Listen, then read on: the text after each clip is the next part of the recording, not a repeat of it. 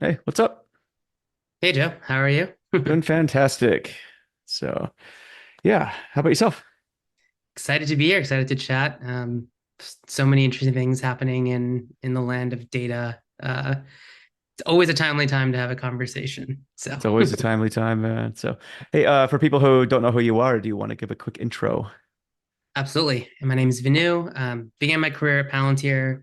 Worked on mostly the compute side there. So how do we take Nice. giant Spark jobs? How do we optimize them? How do we make sure that our customers can do meaningful things with the code they write?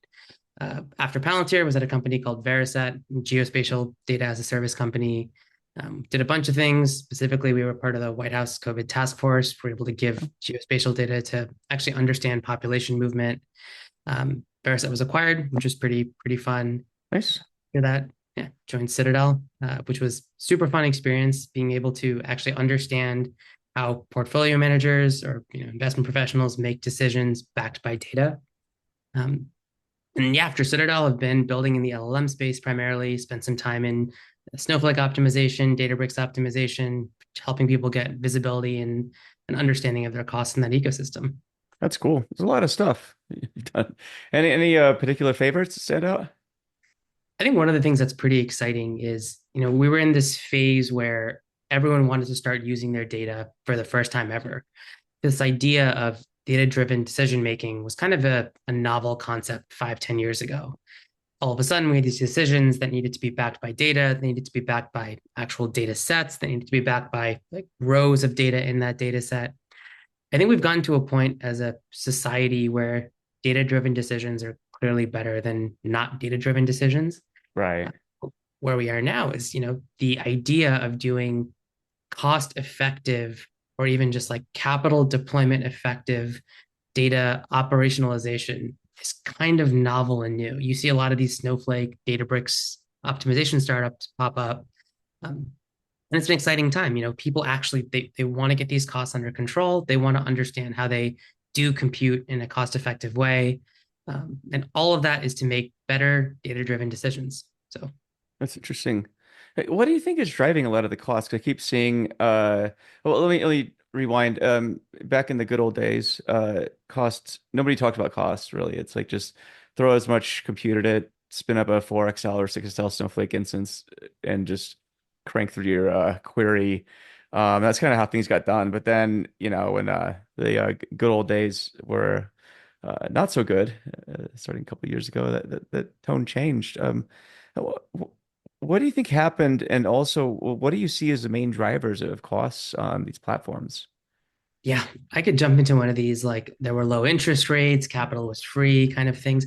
I really just think it's awareness. I think people now understand that, growth at all costs is still, the motto, especially in the LLM or AI space. People are growing at all costs. But now there's an awareness that there is an ROI that you get out of each dollar you spend on certain platforms, Databricks, Snowflake, any of the large ones. So there's an understanding that there is a actual concrete measure of optimized compute versus not optimized compute. I also think a lot of the startups in this space are doing a phenomenal job of like marketing this narrative, right? You have companies, Mm, Select.dev is one that I really like. They've yes, done, looks good. yeah, Ian's done really good work marketing just how to use Snowflake in a cost-effective way, putting open source tools like DBT Snowflake monitoring out there. Sync Computing, I'm a little biased as an advisor there and been working with them for a bit. They're just, the way that they take a data-driven approach to solving these problems, it's pretty unique. I Hmm. think there's just a lot of awareness that's finally like, happening in this space. Yeah, it is. Yeah, especially when you get the bills for some of these things. I hope you're aware. So unless you have infinite amounts of money for your infinite amount of compute that you're using, but yeah, that's fascinating. Is this something that you spend a lot of your time doing yourself? Diving into cost controls? It's funny. At Palantir, our first goal was to help our customers optimize well, not optimize, to utilize their data. So the goal was how do we create a platform where you can take your proprietary data, put it in a central place, and make meaningful data-driven decisions off of it. Almost secondarily, we realized it's super difficult to actually write optimized pipelines or, Mm, or even just like Spark is a complicated product. I don't think anyone's going to disagree with that. Nope. So becoming an expert at how to write cost-effective Spark jobs is tough. So we started doing more and more automation in terms of optimization for our customers. We built in automated ways of doing repartitioning. We built in predefined, call them profiles for actually selecting different resource combinations. Almost, best practices just codified into the actual platform. So spent a lot of my time really working around how can we put guardrails in this ecosystem. And Mm, one of the powerful things is sometimes Spark doesn't need traditional guardrails. Sometimes you want to go crazy. You want to override the scheduler, the serializer, that less so. But sometimes you just want to go, a little bit crazy and see what you can, how you push the platform to its limits. hmm. I think it's also interesting when you look at some of the technologies. The Parquet community has kind of reemerged largely, I think, in light of technologies like Lance, competitor, almost competitor. Yeah. Um, and now there's this whole, there's an idea. I think Parquet V3 is what they're calling it to, you know, catch up to some of the use cases that the industry is now demanding of something like Parquet. Interesting. What are some of those use cases? I'm not familiar with the Parquet 3. Yeah. So three is probably I don't know what the right nomenclature is, but if you think about what Parquet is really good at, it's good at storing data for batch processing. It allows you to do partition pruning in a pretty sane way. You can look at min and max statistics, remove a piece of compute computation. It's not necessarily built for point lookups, or it's not really Right. necessarily built to be extended in some way. And if you go to most modern enterprises, there's at least a handful of Parquet extensions that they've employed, whether it's custom encodings, whether it's a custom indexing system. So one of the big initiatives right now, actually, as of the Parquet Sync last week, is actually a Databricks employee is pushing forward an initiative to create a specific field in the thrift information to link to any kind of encoding or any kind of indexing plugin that you could potentially want. So you're finally able to create a standardized way of doing a Parquet extension, which was kind of ad hoc before. Mm, A lot of these like standardizations that are happening. We've rebuilt the Parquet website, and also with technologies like Andrew Lamb has been working on some really cool stuff with data fusion. There's like yeah.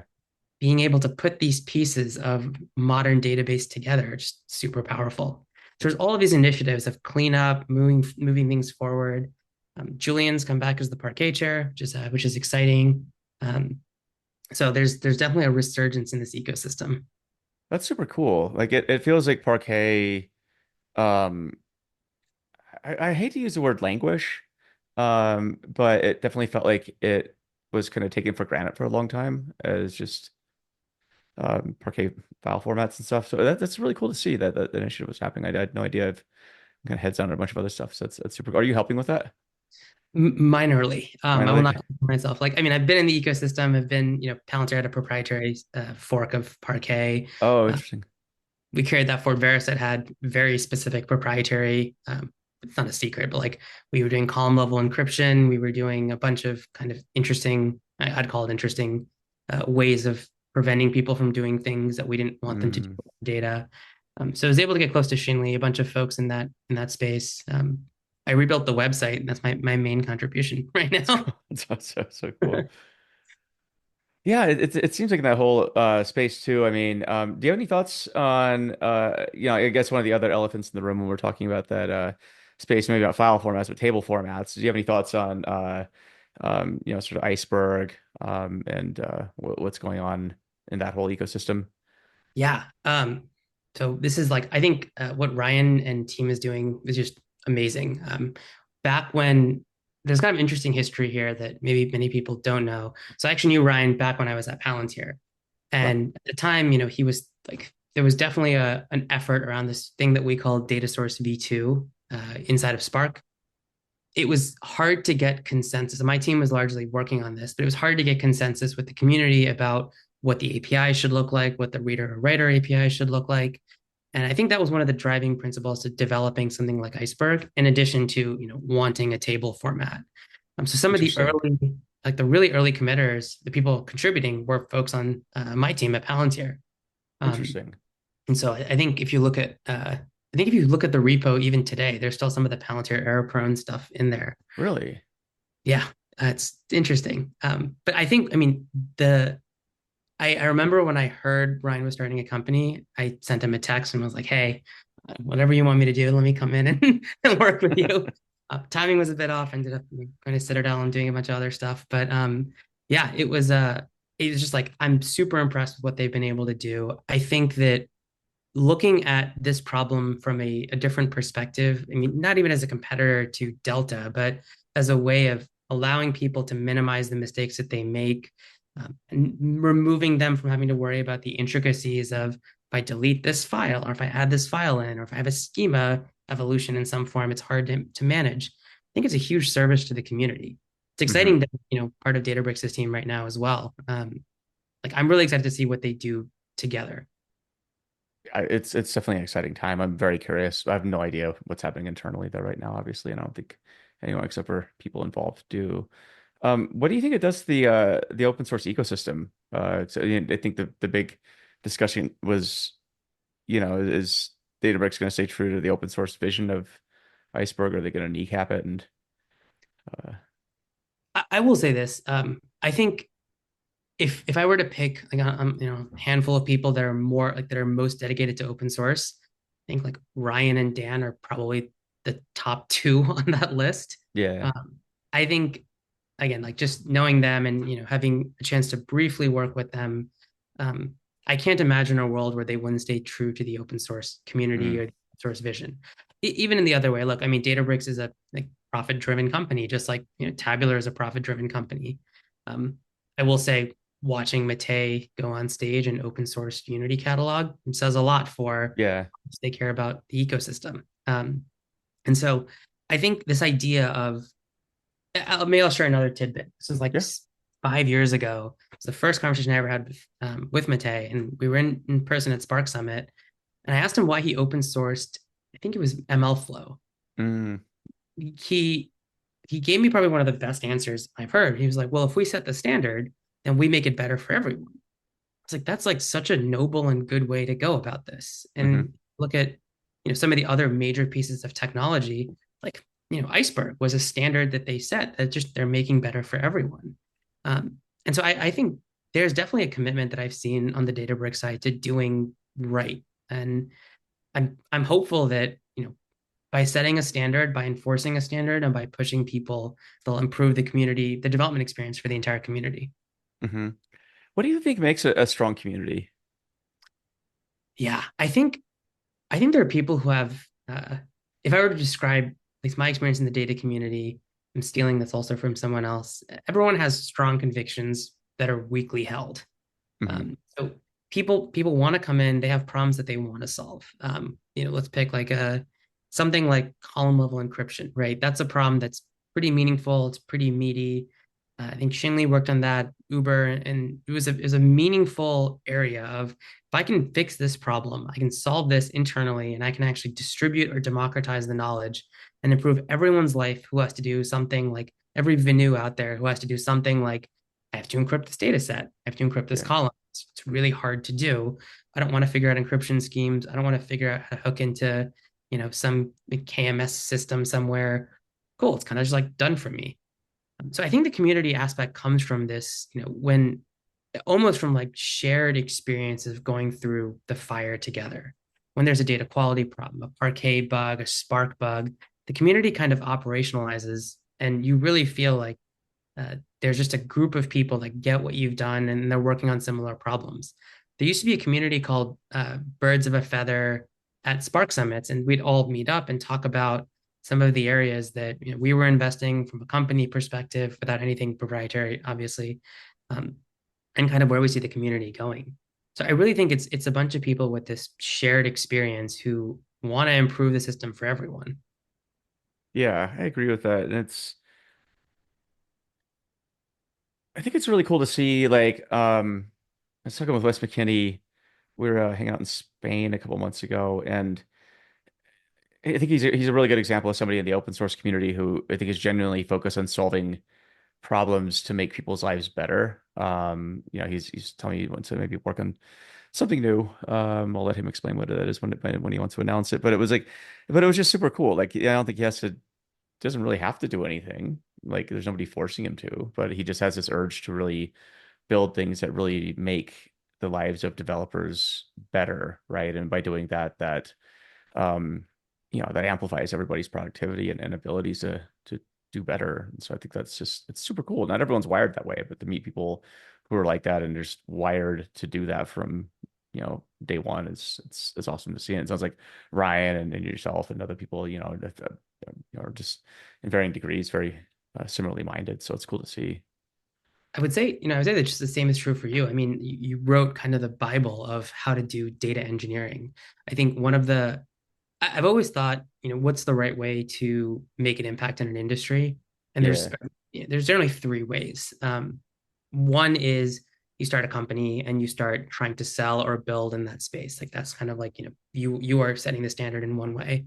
One is you actually create educational content. You go on LinkedIn Learning, O'Reilly, writing books, doing something in that space. And one is you just start building open source in that Yeah. space. And I think I've been lucky in that I've gotten a chance to do all three. That's so And cool. I will say that the biggest impacts that I have, like from the work that I've done, is I still get the messages from my O'Reilly class or from my LinkedIn Learning class. I was responding to one of these Q&A questions pretty recently. And it's such an interactive way to stay in touch with people who are at the beginning of their learning path, understanding kind of where like still figuring out what makes the most sense for them to do, thinking more concretely about where they want to go. Um, I'm super thankful to be able to have this opportunity to learn from these three vectors. That's super cool. Do you of those three vectors, do you have a particular favorite or I like I like teaching. I think it's a lot of fun, especially like teaching with the tooling that exists in the ecosystem these days. yeah. Um, like in the past, I mean, this is not a knock on anyone, but like you've worked with Katacoda, right? I assume Yeah. it. Oh my God. Oh, Katacoda was like one of the hardest things I don't know if anyone's used this. It was O'Reilly's way of building these almost like well, pretty much what Codespaces does pretty easily today. Yeah. So their VM abstraction, and it was always really difficult. There weren't many combinations. It was very difficult. Starting to build with something like Codespaces, or even just like on a Linux VM, it's like Hmm. been like night and day. I can configure VS Code with my exact opinions. I can pre-install plugins. It becomes so much easier. And then someone can create a code space off of my GitHub repo and follow along with literally the environment that I'm in. Yeah. Um, so yeah, I think I will say it's most fun to be able to teach when the tooling is right. Oh man, don't even get me started on Katakoda. I felt like we were basically, I think they deprecated it actually from what I heard, so I'm fine saying this, but it was like it felt like when we were trying to get this training up, it was like 50, it was like a coin flip whether or not it's going to work.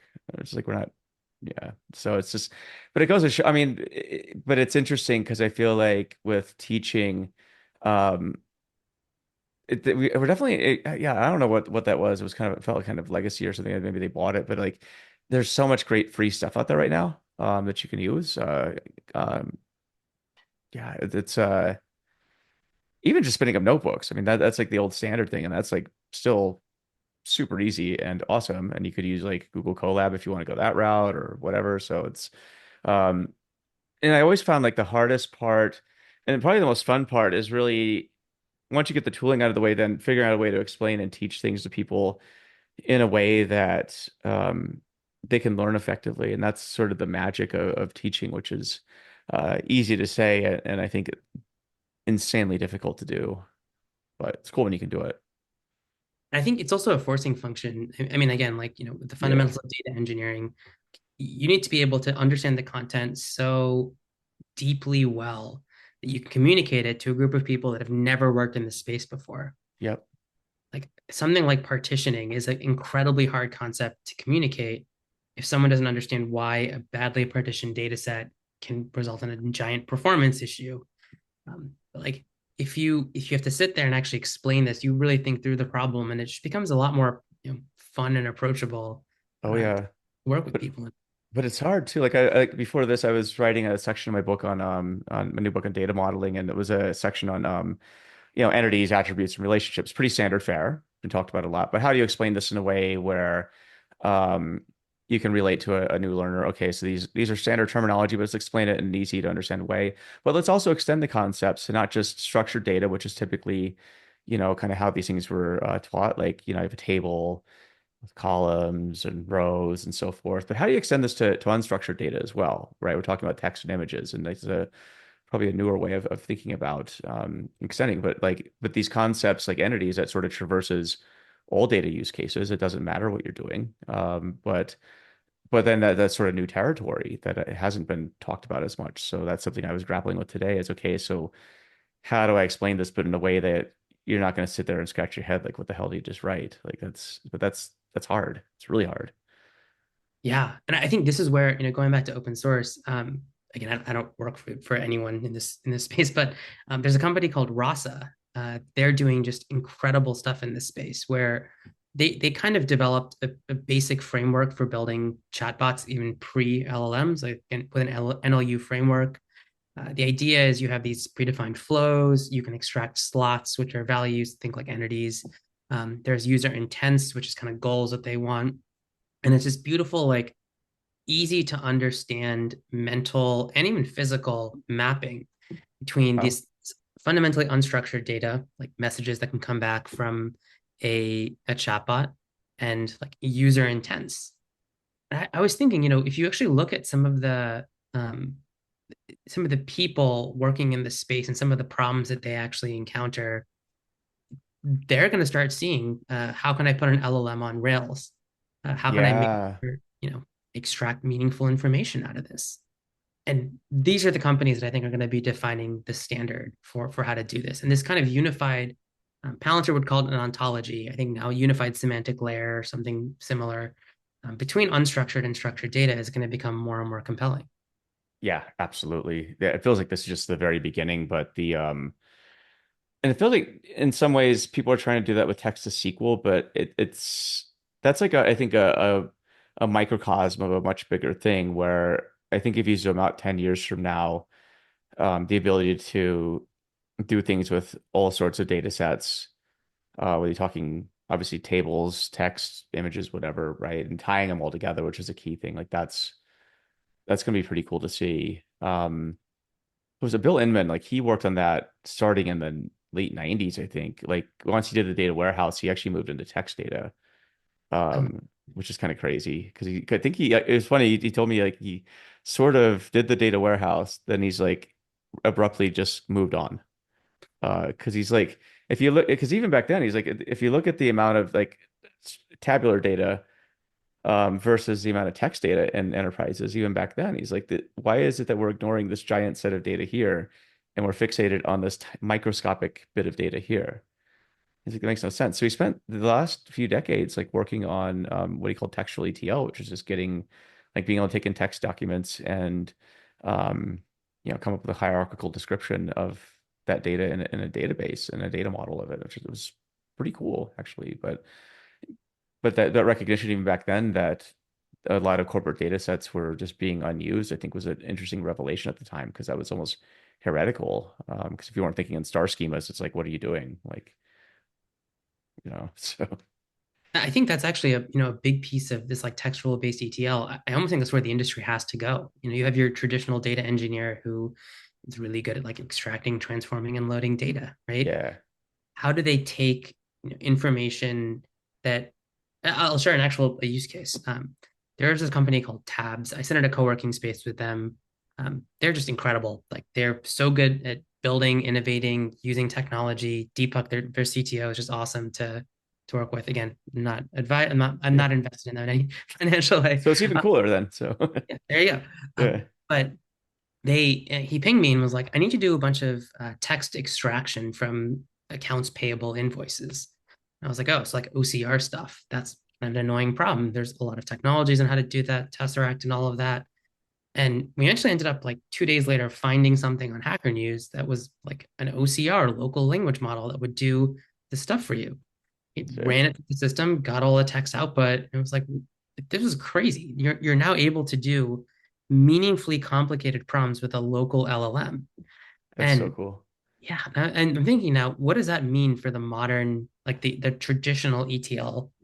data stack. I don't want to call it the modern data stack, but the traditional what people are doing.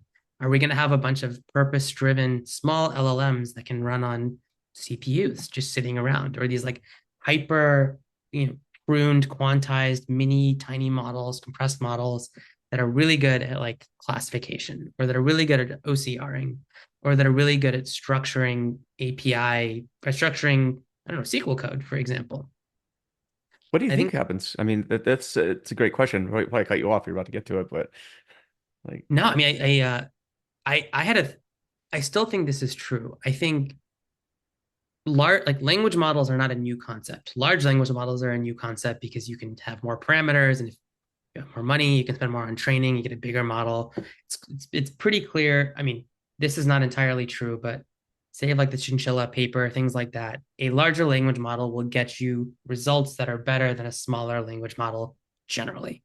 Um, there's again, of course, exceptions to like undertrained models and all of that. But I think it's fairly true. This is the case. I used to think the right way to solve this is let me take huge large language models and start just distilling, quantizing, and compressing them. And hmm as I keep going through this ecosystem, eventually I end up with these incredibly, as I mentioned, purpose-driven models. Um, you can even say, like, if I can just eliminate parameters entirely that aren't necessary for my critical use case, I can end up with a model that probably has a higher accuracy than just sending it to, an API hosted model somewhere else. hmm I do think that's what's going to happen. And I think the more that we can make these models smaller and make them workable on CPUs, like the complexity of matrix multiplication is definitely faster and better and parallelizable on GPUs.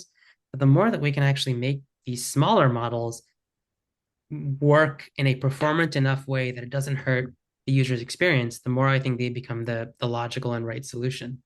I completely agree with that. Yeah. I mean, because in a lot of cases, business problems are very localized and context dependent, and um, the large language, the standard large language models are almost too big in a sense. It's like asking Google to help you with your business, like Google search engine. It's like, yeah, I can get generic advice, but with the training on these, and a friend of mine, his wife works at a really big tech company, and she was saying something very similar, where they've actually had better success with the small language models, and that's the direction they're going versus the big ones, precisely because it's just a lot more customization and so forth you can do to these things. So it's it's If you, interesting. Was that? and if you think about these language models, like, almost compute platforms, like we have the same problems with language models as we do with, you know, uh, big data sets. Like, let's say you merge in bad data to a big data set. Unwinding that is just miserably complicated and miserably painful. There's really no way to even unwind or have a model forget training data. Hmm. There have been people who have been trying to keep checkpoints of the model at any given moment, and just like any new data that comes in, if it's bad, they reset back. It just, we experience the same problems that we do with data platforms. And I think the more you can be purpose driven and the more you can, filter down to exactly what you need out of these models, the more hardened they become as well. That is an interesting point.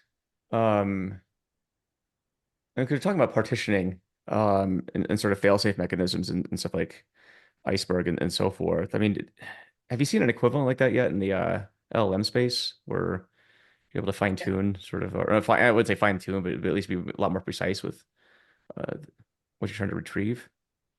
I think Lance is probably the like data form. Oh, Facebook or Meta just released something. I forget the name of it, Yeah, I but they remember. also released. Yeah, yeah. Lance is like, yeah. Let me look that up real quick. What was it? I forget what they were doing, but I do think we're still in the position where, and I think Lance uses Parquet also. And so I think we're in the position where, there were a bunch of evolved ways people were trying to do things, right? Old Chroma DB would allow you to, dump a DuckDB database of embeddings, and people were like, let me just store and persist this, and I can send it, to other people, and I have this mm, corpus of embeddings that I can move around. Um, and I think there's two ways, right? One is like, how can I take my custom Onyx graph model and just host it somewhere? I almost think that's like a, grab it off of Hugging Face or use Replicator, one of those, and it'll work. Fine tuning is less interesting to me because yeah. I don't see many organizations doing stuff. in the realm of fine tuning. Right. Do see a lot of how can I control my context window with incredibly like fine tooth comb or a very like high level of granularity, and that's where I Mhm. think a lot of the opportunities really are. That is a big opportunity. How do, I guess, when we're talking about big tech company, or I say more technically oriented companies, it seems like it's a bit of an easier sell to do this kind of stuff. But when you kind of go to legacy companies, how would you envision companies are adopting language models at all, small or big? I think maybe this is a sad view, but I think the number one thing that the LLM ecosystem has done is convince organizations of the value of digitization. Like Mm. there's like, people who have I did an internship at NOAA, the National Oceanic and Atmospheric Oh, Administration, nice. like 15 plus years ago.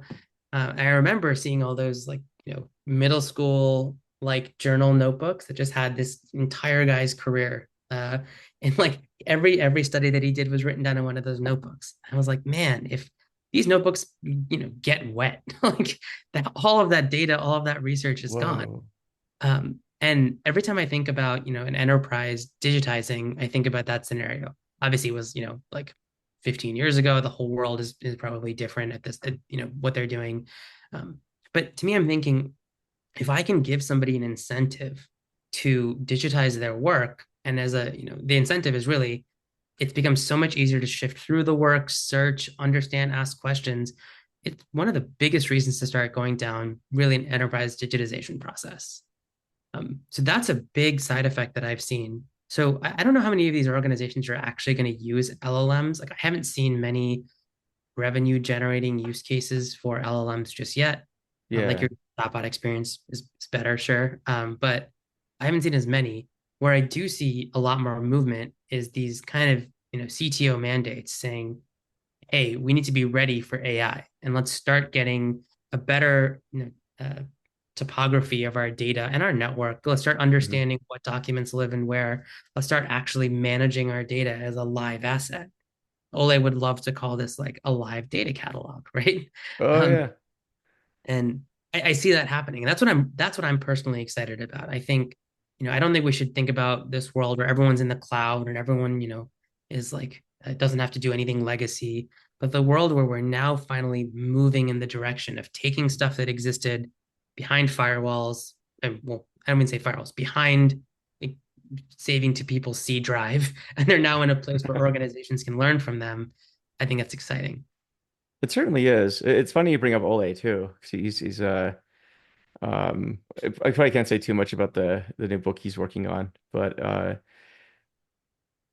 it does have to do with metadata. And I think it's an interesting step forward. I'm curious to see because what I find interesting if you take a step back is you got people like Ole who have their backgrounds in library sciences, right? This is traditionally not the kind of people that like you or me would talk to.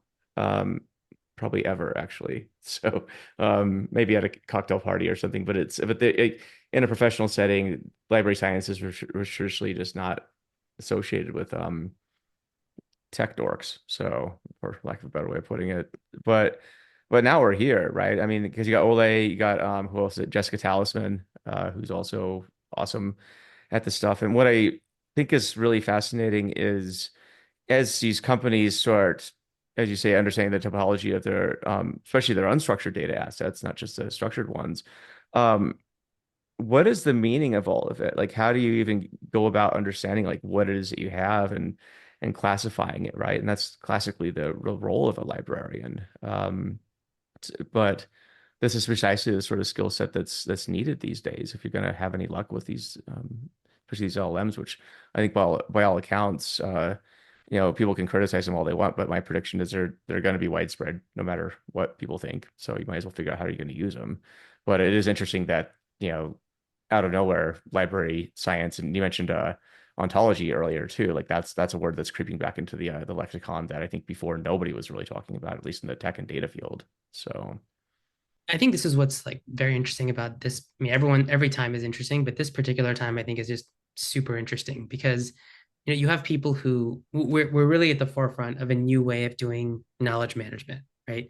Not even just like the terminology that we use for entity extraction.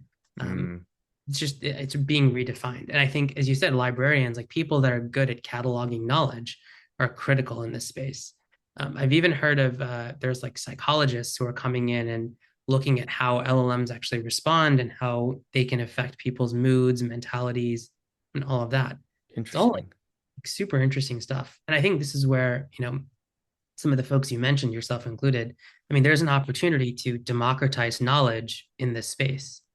And I think this is where there's specifically an opportunity to like take people who have really been in the driver's seat of these large organizations, like Ole's at GN Nord, like massive, massive company who have been responsible for digitization and meaningfully transforming the technical footprint and direction of the enterprise and setting a standard for others and other enterprises to actually follow along. It's Hmm. almost like we've, largely thanks to you and thanks to some of the work of a lot of educators in the space, the foundation of how to do data engineering is there from the individual person. Hmm. I think there's still guidance that needs to happen from the enterprise level. How do we create an enterprise down direction from, you know, for where we should go as both as an enterprise and as a technology player in some way. Yeah, that's a very interesting notion. I mean, part of me wonders if because if you take the traditional approach of quote digital transformation, especially in mature enterprises, by mature, I guess you could also call them the disparaging term legacy, however you want to slice it. But I mean, it's interesting when you talk to chief data officers to come in and try and be a change agent. It's I was at a chief data officer summit in Boston over the winter, and it felt like I was at an AA meeting, um, where it was just a lot of commiserating, and people were very um, I think they're very disillusioned with the position because you're constantly having to do alignment meetings, make sure everyone's aligned on the data, and make sure everyone's. But what I quickly realized is the role tradition. If you plop somebody into one of these legacy companies, the everyone owns data, which means that if you start taking control of your data, you're taking control of part of the kingdom. And it got me thinking, okay, so how is this going to be solved? Because I don't think that this role necessarily maybe it could be productive, but I don't know if it sets the right tone. And I was like, how do you invert this entire thing so everybody understands data and wants to, combine it and use it for the good of the organization, right? Because the way it's done now is it's very siloed and politicized, which is exactly opposed to anything that you would hope to achieve by becoming a quote data driven or digitally transformed. So it was an interesting paradox I ran into where I was like I thought the whole approach actually needed to be rethought, not just the particular companies. But I don't know. It's something I'm still thinking about. But maybe I this think is one thing that is a gateway drug to it. I don't know. I think the challenge with something like, what I mentioned earlier, this idea of data-driven decision making, it's for certain people, it's like critical, right? Decisions need to be backed by data. In the financial space, it's mandatory. If Yes. you cannot, if you can't explain why you made a decision, you're probably in a lot of trouble, right? I think in other spaces, it becomes almost a like hollow mandate where we say Yeah. have to do digital transformation or we have to integrate this data because it's kind of what we have to do. I think if people in an enterprise cannot directly conceptualize or see the link between an ingested data set and a decision being made, the data isn't working in service of the decision. The model doesn't make sense. It makes the whole process a lot more complicated. And then, you breed this kind of distrust into, why am I working with this data set? I have to go around as a CDO and convince people to listen to me, to, do things the way that I want. These are folks that don't necessarily see the ROI of spending Yeah. teams' time and energy to, catalog data. Um, and I think what's going to be more and more exciting is now that we have a new vector for querying data, meaning these like chatbots, we also democratize the analytics process. So not just text to SQL, but if I can ask a meaningful question, have semantic search grab information and give it back to me, I'm going to be more incentivized as somebody who maybe was not previously writing SQL queries, so I was not previously directly benefiting from all of the data initiatives to now, great, I can actually see a result or I have an insight that I previously didn't have before. So I Hmm. think almost we're enabling a new kind of data analyst. And now the terminology, the topography, the ontology, all of this is going to become much more critical because what a semantic layer was before is, almost an abstracted SQL query to make sure all of the same data was being spoken about in the same way. So like DAUs had a formal definition. Now, with even more non-determinism and entropy, courtesy of LLMs, defining something and locking in the definition of that, the diction that's used in an enterprise becomes even more critical. Oh, it's huge. That's going to be everything. I think this whole thing lives or dies by that, to be frank.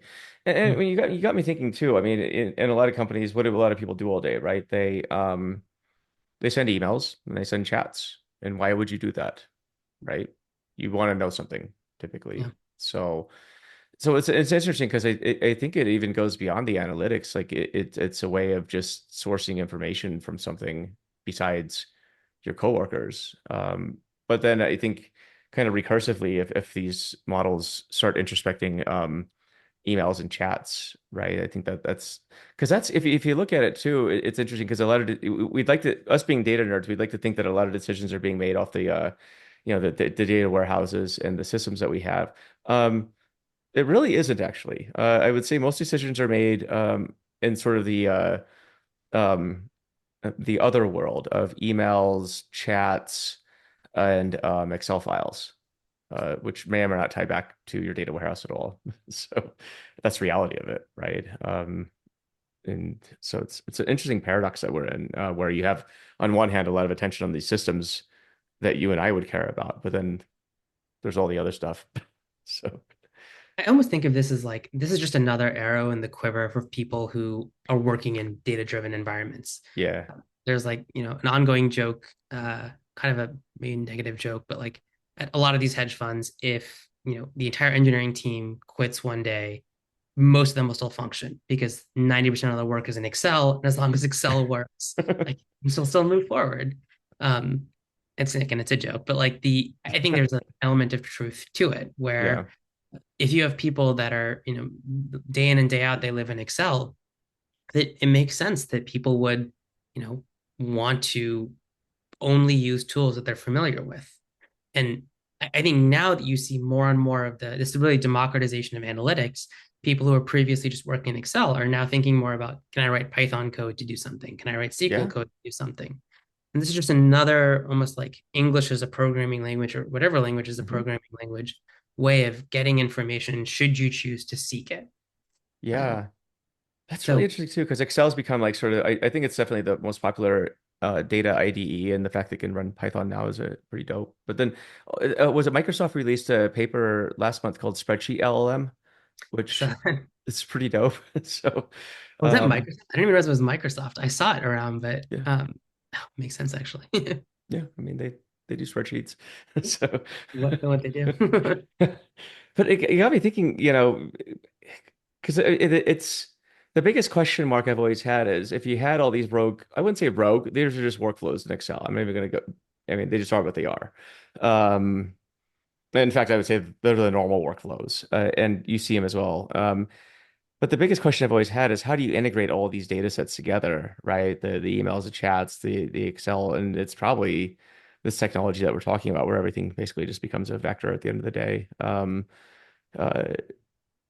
but it's an interesting world where now you're trying to it goes back to that energy resolution thing we were talking about earlier, with the multimodal data sets. You're trying to tie everything back, and that's the $1 trillion business probably is that. Like if you could tangibly tie all the data in your organization together for real and not just like bring your tables in, like that's cute, but that's also very error prone, very manual and stuff. But if this can scale and do that, that'd be pretty dope. So I agree. And I also don't think, I think for VCs, I mean, technologies should be foundational and change everything, right? I think as, practitioners in this ecosystem, that doesn't necessarily have to be kind of what we're focused on, right? Like if right. if if AI is not the thing that brings upon global change, it's actually okay. And as long as it's a way or method of accelerating my ability to be more effective as a human at whatever I'm doing, I think that's still a win, right? Like I don't have to bet on a company that's becoming a $200 million company or $200 billion company rather. And I think that's almost the value add here. Mm, If you look at Excel, like I'm sure people have said this before, but Excel, as you said, is one of the world's maybe the most used IDE. There's also a data integration component to that. You can yeah. think equals BDP is like a Bloomberg call, right? There's all of these different ways of integrating data directly into your operating environment. Yeah. And even if there's something as simple as like I need a better way of doing searching to figure out what functions exist in my enterprise, or if I need a way of figuring out what data sets to look for when I have a value from one of these data sets. If this is just the birth of semantic search becoming more relevant for the modern enterprise, I think that's a win for enterprises as well. Oh, absolutely. Yeah. I mean, you've been there. Imagine how much time you spend just fussing around trying to find whatever you're looking for, right? And you got to go ask, a coworker on chat, like, where is it? It's like, I don't know. Go check the F drive. And you're like, what's that? And It's on so the on and wiki. so on. Everything's always on the wiki. It's always on the wiki, which hasn't been updated since like 2012. But it's like, it's nuts. What are you But I think, excited about over the next few years? yeah, I think a few things. First and foremost, this is a very corny answer, but I'm excited to learn from people who I truly think have not had the loudest voice in the technical ecosystem. Mm, Specifically like the ML engineers, the folks who've been spending their days and nights building models that modern enterprises actually use. Um, I think one of the first things that I realized is when I graduated from college, there were some people that were interested in ML, and pretty much all of them went on to get PhDs or do more schooling. Few of them went into the industry, and obviously as time goes on, you kind of lose touch with people. The folks that I was thinking about have all of a sudden, reemerged at places like DeepMind or an OpenAI. And it's just so that's interesting because cool. the whole experience that they had in building and researching and creating these models, something that wasn't as directly relevant for the data ecosystem or the technical ecosystem. But the world's greatest demo of ChatGPT happened, and now everyone's like, this is some of the most important stuff. So first, I'm just excited to learn and watch people who've been spending years who are much smarter than me actually democratize their knowledge, right? Spreadsheet LLM, people who are, Claude's, Anthropic's Claude Sonnet is just incredibly good. And all of a sudden there's all of these papers trying to, hypothesize how they're accomplishing what they're accomplishing. Um, that's, I think, the first thing. The second thing is I'm excited for major players who've been quiet so far to all of a sudden start doing material work in this space. Like someone Mm, like Palantir, for example. Palantir has these platforms, AIP, which is an AI platform. Palantir has always been really good at working with large enterprises. And today it was announced that Palantir is going to start working with the DoD and some of these, government agencies, not in terms of like just giving data out, but like how can I materially help them use AI in some way? I think interesting. that's really super exciting, right? It's been kind of quiet behind the scenes, but now you're seeing some of the work that's been done in terms of partnerships, in terms of really helping people. And I think for me, third, which is probably like also kind of corny, I'm excited personally to learn and be building in this space. I think the best way to start understanding a space is to start building in it. I've spent some time, a year ago almost trying to do model compression myself, trying to take models and go Yeah, from like float 64 to int 8. Like this is hard. Everyone has a custom, imagine everyone had a custom parquet. That's exactly what exists in the ecosystem. Everyone has a custom Onyx graph, and it's really hard to work in that space. And so I'm excited to learn and also hopefully contribute to developing some of the standards that the data ecosystem has. Something like you asked about a parquet for this space. I mean, imagine we had a clear, easy to transport way to store and persist data in the AI space. Some of that does exist, but it's not standardized by any means. So that's what I'm really excited for. And I think maybe I'll say one last thing. I'm really excited for people that have been knowledgeable, again, folks like yourself, Ole, who've been knowledgeable in the data space and who have been able to drive real transformation, giving their perspective and their take. on how to best set up enterprises given this new, arrow in your quiver. Um, and I think the whole way that we do data analytics could change. It just seems like a really exciting time to be in the space. Yeah, it is a really exciting time. It definitely feels like we're living through an inflection point right now. I'm not quite sure what it is. I think it's a good chance to hit the reset button on a lot of things too. Like I think it's a chance to do a reset, say on analytics, for example. Like the issue I've always had, I'm very bullish on LLMs. I think that the issue I have with a lot of BI vendors pivoting, adding in chats is like how dashboards, for example, are notorious for not being used, right? So Yeah. my biggest question is, if people aren't using the dashboards they have to answer to look at the questions that are pretty prominent to the business, um, is throwing a chat bot on a BI tool going to make them ask more questions?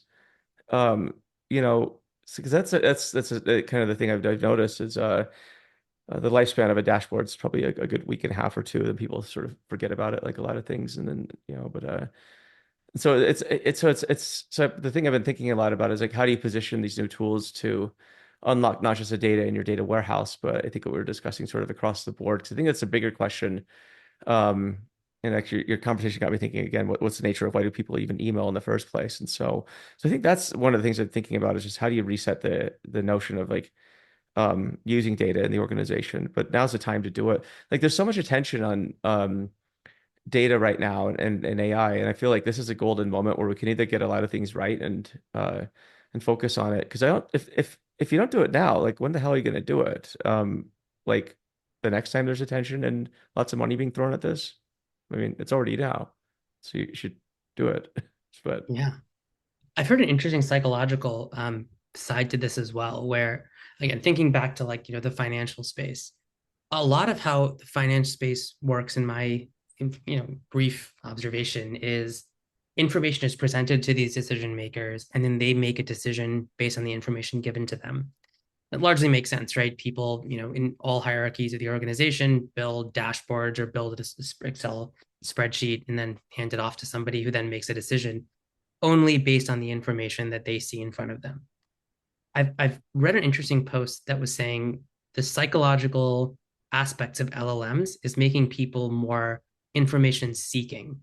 So folks interesting. that were previously, passive consumers of information who almost had the search space of their knowledge constrained by that information are thinking now, maybe I have more information. Maybe I can, search and ask a question and get an answer. And previously how this used to work is you'd have these incredibly uh, talented experienced decision makers in senior leadership positions who would say thank you for giving me this information, now go out and answer X, Y, and Z question. Yep. Then they would wait a week, all of the context they would have would be forgotten, and that would kind of end that. Now, the speed at which iteration can happen with the knowledge base in an enterprise is just so much faster that maybe these decision makers can actually start asking questions and make it more of a true conversation instead of I'm going to make decisions only based on the information that's readily in front of me. Hmm. It's almost this belief that there's more data out there that exists that can potentially result in a different kind of an opinion or different outcome. Oh, for sure. It's like the old the street light uh story. I don't know if you ever heard that, where a cop stops a drunk guy on the street. He's looking for his keys, and it's really late at night. So uh, and the drunk guy says, "Oh, I left my keys in my car over there." And then the cop's like, "Well, why are you looking under the street light?" And he's like, "Well, this is where the light is." Yeah, no, literally exactly. So, right? It's just that's how we treat data a lot. Is it's whatever tidbits we happen to have. Sometimes you're in a high information environment, sometimes you're not, but you're going to deal with what you have and make the best decisions you can, hopefully. But Yeah. sometimes works out. But that's awesome, Um, man. Um, well, thanks for the fun chat. I'm glad we were introduced. It's I think when we first met, I was like, okay, there's a different level of smarts. So glad we got to do a podcast together. So I'm actually like super honored to be here, and I think like on behalf of the community, really want to say like thank you for oh, thank you. writing the Bible on how to do data engineering. I think I've been lucky and unlucky in the sense that I've always operated one level below, like building the infrastructure, the tooling Yeah. that a lot of data engineers use.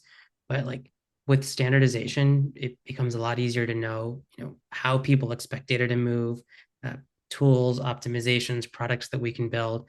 It just, it's really exciting. And I have to say thank you to folks like you who've set a standard that is now globally accepted and that continue to push forward on as new innovations come out or as new ideas come out, continuing to democratize like pretty critical knowledge, right? You mentioned earlier, Parquet is just kind of forgotten. It's been around forever.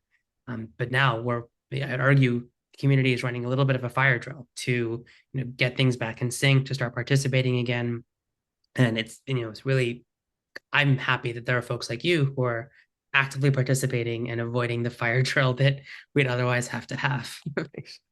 Oh, we do our part. Yeah, I think Matt Housley and I, we wrote the book. We meant it to be hopefully the resource, but yeah, but you never know until you write it, right? You never know until the public looks at it. That's how it is with any project, books or open source, whatever. But you do the best you can, and that's all you can do. But ultimately the public decides. But yeah, it's cool. I mean, it's cool to see and um thanks. So for people who want to learn more about you, how can they find you? It's a good question. So my LinkedIn's always around just Vinoo Ganesh. I have a website, vinoo.io, that I haven't Nice. updated. Um, the kind of fun project I've been working on that actually is recently, 2 days ago, is going live. Is people live in New York City. Was able to build the MTA, like the Long Island Railroad and Metro North chatbot to help people plan routes, buy tickets. Oh, So kind of the first introduction to how a large organization like the MTA can, use both their structured data, like information from how ticket purchasing works, as well as APIs, and get live ticket information to bring this together to actually figure out how can we best enable people to move around New York. that's So super cool. they'll see that in their train time app. No way. That's so cool. Well, thanks for doing that. So, It's very exciting. yeah, that's so cool. I know you did that. Awesome. Well, thanks for new. We'll talk soon, man. So, Great. Thanks so yeah, much, Joe. Talk thank you. later. All right, take Bye. care.